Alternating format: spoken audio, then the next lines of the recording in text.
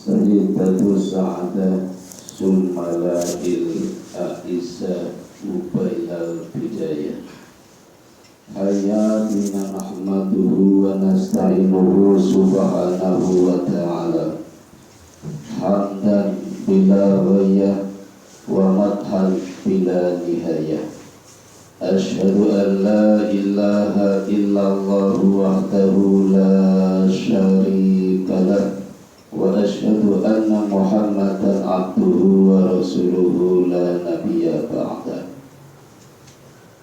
Syukur alhamdulillah, monggo Bapak Ibu kita panjatkan hadirat Allah Subhanahu wa ta'ala yang telah melimpahkan banyak rahmat, hidayah, taufik, inayah dan kenikmatan kepada kita sekalian, sehingga hingga kini kita masih dapat menunaikan ibadah Ramadan, khususnya berpuasa sampai pada hari yang ke 11 ya?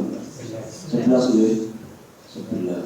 Berarti badannya kurang pinter. Alhamdulillah kita juga bisa menunaikan sholat subuh lagi di Masjid Aladdin Alaudin angkat banget namanya, keren. Bapak Ibu, ada satu amalan yang sering dilakukan Rasulullah di luar bulan Ramadan, tetapi Rasulullah juga melakukannya di dalam bulan Ramadan. Amalan ini tampaknya banyak orang yang tidak melakukan, jarang sekali. Tetapi bila dilakukan, buahnya adalah surga. Amalan ini kelihatannya sepele, tetapi pahalanya berpele-pele. Namanya amalan berbarokah.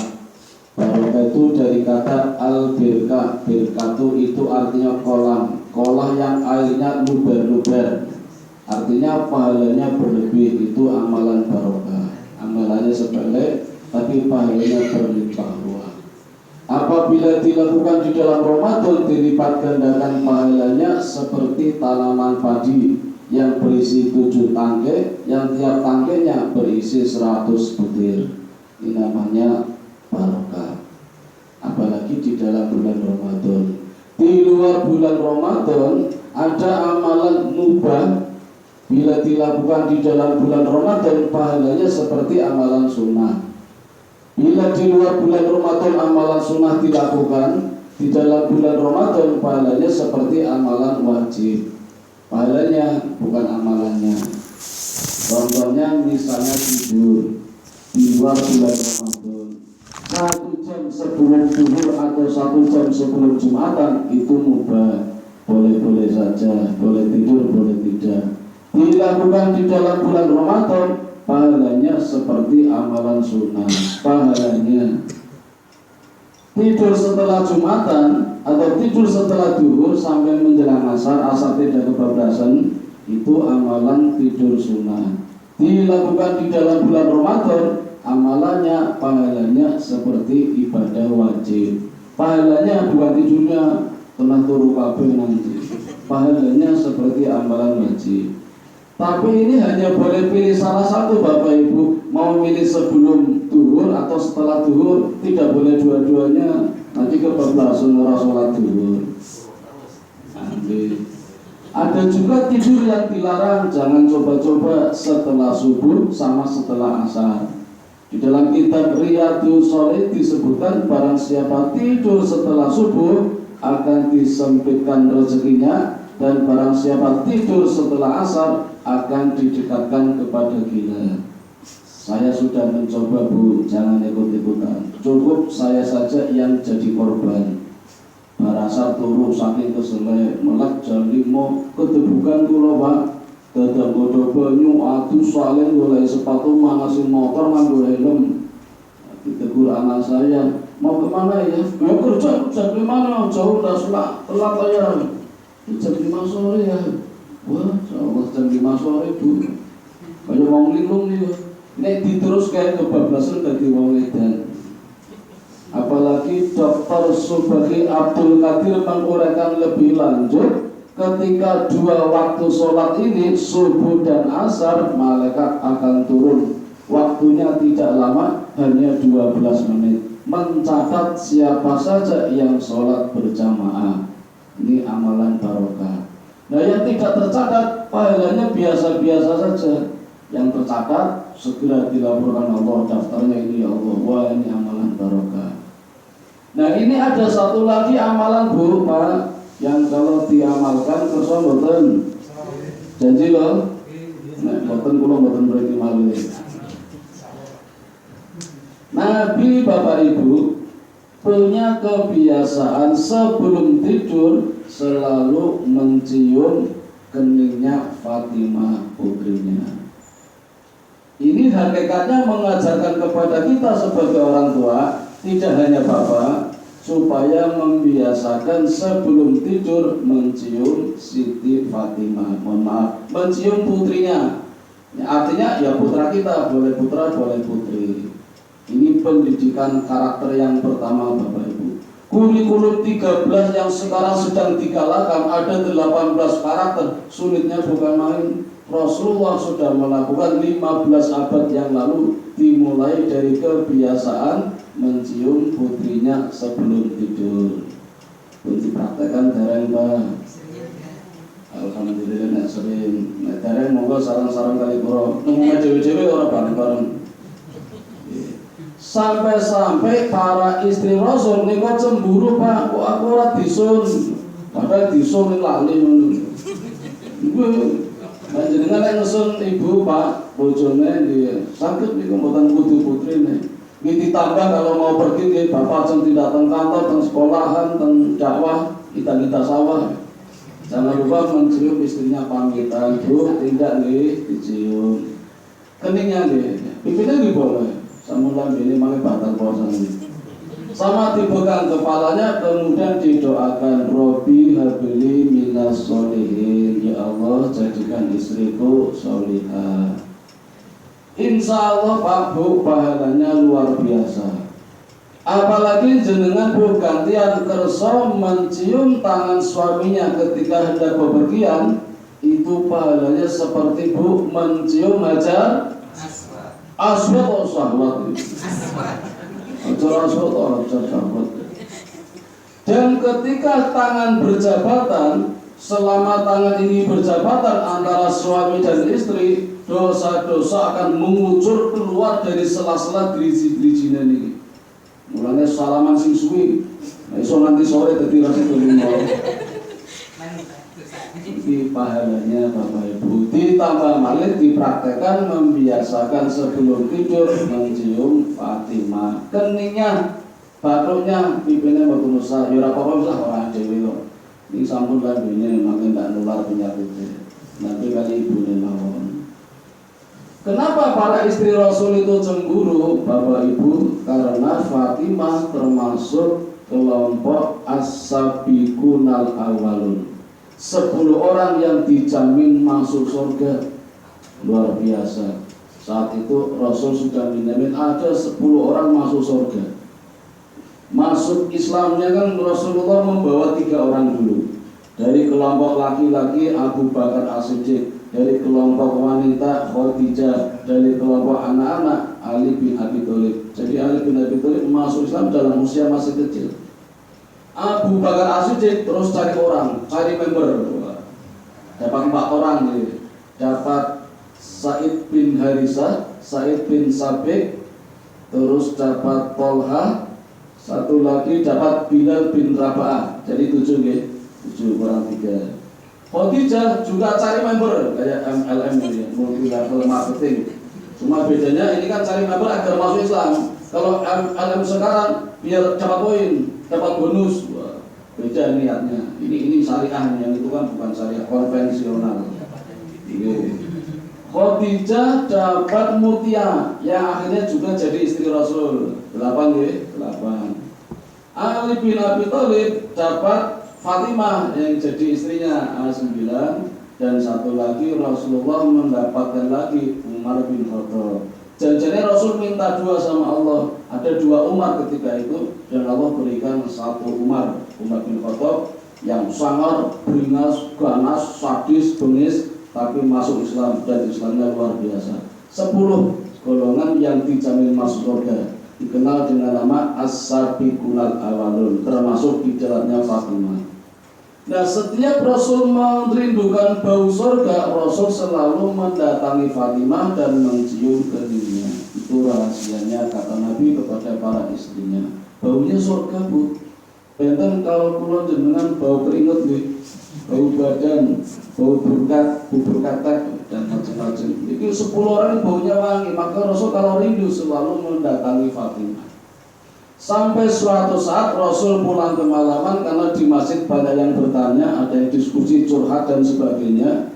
Didapatinya pintu kamar Fatimah sudah tertutup. Rasulullah mengetuk, salam dan membukanya. Ternyata Fatimah sudah berbaring dengan berselimut. Satu pendidikan lagi Bapak Ibu, kalau kita tidur disyariatkan berselimut, orang wudu bral. Mungkin tidak melebu kabeh raya corong melebu, cocok melebu, semut melebu. Bahaya Bapak Ibu. Kemarin jenengan hati-hati. Melihat bapaknya datang, Fatimah akan beranjak, tapi sama Nabi stop, sudah Fatimah, kamu di situ aja, aku yang mendatangimu. Maka kemudian dikecup Fatimah keningnya sambil mendoakan, dipegang kepalanya. Robbi habli minas sholihin. Ya Allah, jadikan anakku soleh solehah. Pendidikan karakter lagi Bapak Ibu. Banyak anak-anak kelitih barangkali di rumah tidak pernah dicium orang tuanya. Nah, bisa dimulai dari sini Bapak Ibu. Setelah Rasul mencium Fatimah, Rasul berpesan, wahai anakku, laksanakanlah 4 perkara sebelum tidur. Sebelum tidur ayah, iya. Apa saja ya ayahku? 1. Hatamkan Quran. 2. Mintalah syafaat dari seluruh nabi. 3. Maafkanlah segala kesalahan seluruh orang beriman. Dan 4. Tunaikan ibadah haji dan umroh sebelum tidur. Fatimah penasaran, hendak bertanya, ternyata ayahnya sudah melakukan sholat 2 rakaat di sampingnya. Satu pendidikan lagi Bapak, sekali-kalilah dengan sholat sunnah di kamar anaknya. Sekali-kali, syukur sering. Kalau sholat wajib di masjid, sholat sunnah di rumah, tidak hanya di kamarnya sendiri terus atau di ruang tamu terus, cobalah di kamar anaknya. Mau kembali anaknya beli, insya Allah cepat atau lambat akan lunak. Makanya dikeraskan sholatnya berisik tuh anaknya tangi, bapak ngopoy, ibu ngopoy, oh musafir nanti kau yang ngopoy, nah insya Allah jadi baik anaknya. Ini terapi Bapak Ibu, shock terapi, dan sudah terbukti, sudah diujikan banyak anak-anak nakal karena kurang kasih sayang, kurang contoh dari orang tua. Mulailah dari diri kita, insya Allah ada manfaatnya, amin. Begitu ayahnya selesai sholat, Fatimah penasaran terus bertanya, ya ayahku, mana mungkin sebelum tidur melaksanakan 4 perkara. Kemudian Nabi senyum dan menjelaskan, setunggal ngopo wau Bapak Ibu, hatamkan Quran. Mosok iso sebelum tidur hatamkan Quran. Tapi ora turu-turu. Sak bluntung 114 surat. Niki barisa tadarus boten tenan mriki. Pun hatam, Pak. Jalan to? Coba nek fotone sedaya turu ora turu-turu. Ora turu langsung nyatane 11 dari hatam kuwi. Tapi Nabi mengatakan Bapak Ibu, membaca surat Al-Ikhlas 3 kali pahalanya sama dengan khatam Quran. Tetapi hadis ini berlaku hanya untuk ketika menjelang tidur. Tidak boleh tadarus harian, baru raweh tadarus yuk, mau ikhlas tungguan masuk kan khatam. Enak banget, nanti gak ada kemajuan, gak ada pembelajaran, tetap biasa. Tapi kalau sebelum tidur silakan Al-Ikhlas 3 kali. Syukur ditambah surat Al-Mu'awwidhatain. Surat apa? Al-Nas sama Al-Falaq. Itu surat Al-Mu'awwidhatain. Syukur ayat kursi tenang ora turu-turu. Ya monggo sak tekane. Wong biasane maca niki urung rampung wis turu kok. Iku jenenge barokah Bapak Ibu.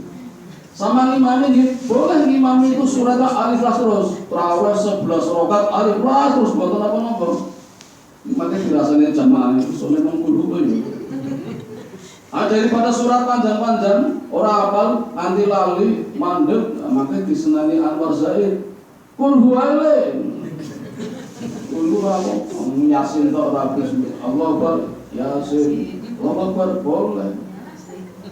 Nah ansal ini makanya dirasanya jamaah ini nggak ada pembelajaran. Itu yang pertama. Dan surat Al-Ikhlas 3 kali ini Bapak Ibu yang memenangkan Ali dalam kompetisi memperebutkan Fatimah. Hari ini kok sing ngasih Fatimah sekawan no nih. Abu Bakar As-Siddiq, Umar bin Khattab, Utsman bin Affan, Sayyidina Ali ini memperebutkan Fatimah. Tapi kisah percintaan empat pemuda ini luar biasa indah sekali. Tidak laki-laki seperti zaman ini. Cah lanang papa perebutan wedok suci, mati gelut, taruh berdarah-darah, katanya sampai titik darah menghabiskan. Allah maupun sahabat ini tidak Bapak Ibu saling merelakan. Abu Bakar yang senior tidak merasa gaya, tunggal menang-menangan dewe tidak mempersilakan kepada Umar. Ya Umar, engkau sajalah yang mendapatkan Fatimah, engkau lebih bagus, ganteng, gagah, perkasa. Kata Umar tidak, Utsman sajalah, Utsman lebih pantas. Dia hafal Quran, sedangkan aku tidak. Utsman mempersilakan kepada Ali, wahai Ali, kamu saja yang paling muda, kamu jenius, brilian, silakan dapatkan Fatimah. Sama merelakan semua Bapak Ibu. Sampai-sampai akhirnya Rasul mengadakan sayembara, barang siapa bisa khatam Quran mendapatkan Fatimah. Abu Bakar maka jam 10 esok unculuk tekan pemain Nabi lungguh maca Quran. Nanti jam 09.00 bengi dereng khatam Bu. Berduhur Umar mangkat tekan diri Nabi tadarus maca Quran sak gluntung ora rampung. Umar geser ganti Utsman mangkate bar asar. Nanti bengi yo ora rampung ora khatam. Utsman gagal. Tinggal Ali. 3 pemuda ini ngoyak-ngoyak makan nih kono le. Surat bengi ora khatam ora rampung lho. Ali dengan santainya berangkat bar isya. Mas jam 09.00 bengi nembe teko lungguh teng ngajenge Nabi maca surat Al-Ikhlas ping 3. Apa kata Nabi? Ali, engkau lah yang berhak mendapatkan anakku Fatimah. Lu kaget, lu kok sakit Rasul? Iya, itulah Ali cerdas, brilian, tahu maksudku. Membaca surat Al-Ikhlas pahalanya sama dengan khatam 1 Quran. Setunggal, monggo mangke dicobi Pak Bule. Sakit gampang toh? Ini kadang lali ini. Ini kita sewa waktu bukan sih? Setunggal mari mau nggih. Kan wonten sekawan niki diterangke mangke ngantos jam 8 mangke. Betul apa? Jam 8 nggih. Iya pun. Nanti jam 8 jenengan nggih kula tak mangsul. Setunggal mari mawon kan kula jatah 2 kali. Besok kita lanjut lagi. Yang kedua yang diamalkan, diajarkan oleh Rasul kepada kita sebelum tidur adalah memaafkan segala kesalahan orang beriman, kenal atau tidak kenal. Bacaannya astaghfirullah lil mu'minina wal mu'minat. Yang lebih lengkap lagi Bu, niko ketika dibaca khotib pada saat khutbah Jumat. Dengan khutbah Jumat tersebut jadi orang apa-apa. Khutbah yang kedua, Allahumma gfir lil muslimina wal muslimat wal mu'minina wal mu'minat al ahya'i minhum wal amwat innaka sami'un mujibud da'wat wa qadiyal hajat wa qadi'us syahwat. Ya Allah, ampunilah segala dosaku, dosa muslim laki-laki dan muslim perempuan, dosa muslim laki-laki dan muslim perempuan, baik yang masih hidup maupun yang sudah meninggal dan seterusnya. Ini kalau penasaran jenis kali doa ini. Doa ini tidak menyebutkan kaum waria. Jadi saya kasihan Pak, jangan-jangan kaum waria dosanya tidak pernah diampuni Allah, karena tidak pernah didoakan. Kasihan. Makanya Bapak Ibu, tahun ini saya punya program sedang mengajari mubalik, calon mubalik dari kelompok waria. Aneh-aneh toh? Apa perlu seneng aneh-aneh? Tahun kemarin saya gagal. Saya mengkader 30 tenaga-tenaga muda SMA mahasiswa agar menjadi mubalik. 30 dalam forum namanya PDM, pemilihan dai muda. 30 Pak Bu, wah ceramahnya bagus-bagus. Kalau ceramah kayak orator, meledak, ono sing ndogel barang. Sing kula gagal Bu. Gagalnya apa? Setelah Idul Fitri, saya jadwalkan kirim ke masjid mana, semuanya menolak. Alasannya macam-macam, saya masih muda, saya masih harus belajar lagi, saya belum pantas. Lalu ini ngomong apa-apa ceramah? Kan kemarin untuk lomba Pak. Ya. Mari tak pancing lagi Bu di masjid, bukan masjid, Hotel Satyagraha, depan rumah sakit Hidayatullah, ngertos nggih? Anggi leres. Dikon digawe jadwal pengajian rutin setiap jam 8 sampai 10 pagi. Ginolak padha wae kabeh do nolak. Ini sore tak tulisi NB disediakan transport 100.000. Waduh daftar kabeh. Wah ini dasare kok saya iki. Pun ceramah jalur bayaran sih. Jangan-jangan saya jadi curiga, mungkin ada yang ngajari ini.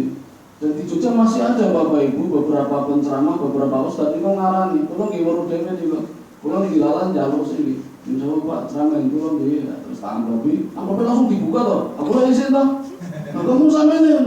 Saya punya pondok pesantren, punya anak yatim piatu, anak asuh. Kurang nih tambahin jalur tambahin. Ya tambahin apa-apa ini kapok pisan ini. Yang masalah pesantren anak yatim kan urusannya mereka.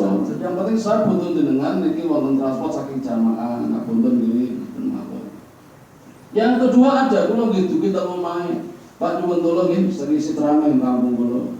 Ya datang berapa? Gak banyak Pak, cuma 20. Maaf ya. Kalau manggil saya paling enggak 100 orang.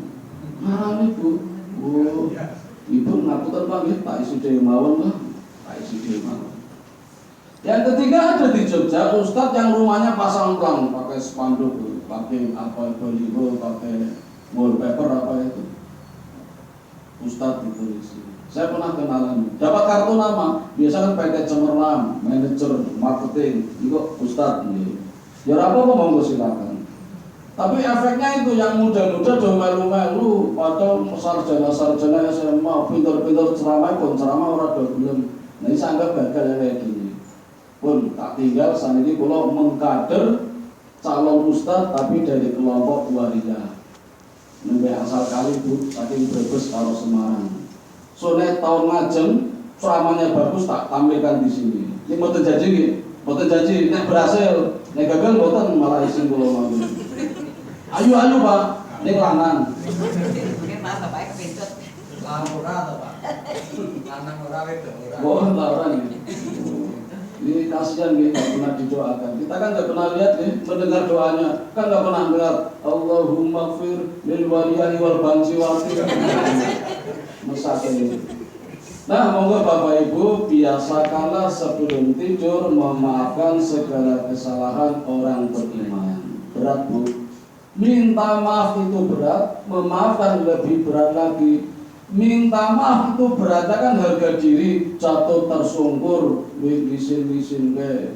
Tapi itulah Allah mengajarkan manusia agar tawadu, rendah hati, plus rendah diri juga menolak keduduran. Tapi ada yang lebih bijaksana lagi, memaafkan kesalahan orang lain. Beratnya karena sering tidak sadar, tidak disadari. Apalagi posisi kita lebih tinggi, lebih menang daripada orang yang kita benci. Biasanya mau memaafkan, sorry, Daisy, tiada maaf bagimu. Naudzubillah min dzalik. Allah saja innallaha ghafurur rahim, Maha Pengampun dan Penyayang. Kenapa kita hambanya tidak? Biasakanlah memaafkan kesalahan orang lain, insya Allah dosa-dosa kita akan dimaafkan juga oleh Allah Subhanahu wa Ta'ala. Sebelum tidur Pak Bu, gampang ya? Insya Allah. Oke, kami mawon rin. Maka yang dua kami lanjutkan pada pertemuan berikutnya. Tidak janji insya Allah. Bocorannya tadi. Nomor Bu, nomor 3 Pak. Mintalah syafaat dari seluruh nabi. Yang keempat, tunaikan ibadah haji dan umroh sebelum tidur. Caranya gimana? Besok insya Allah. Ini boten janji. Mari kita tutup dengan doa kifaratul majlis. Subhanakallahumma wa bihamdika asyhadu an la ilaha illa anta astaghfiruka wa atubu ilaik. Assalamualaikum warahmatullahi wabarakatuh. Waalaikumsalam warahmatullahi wabarakatuh.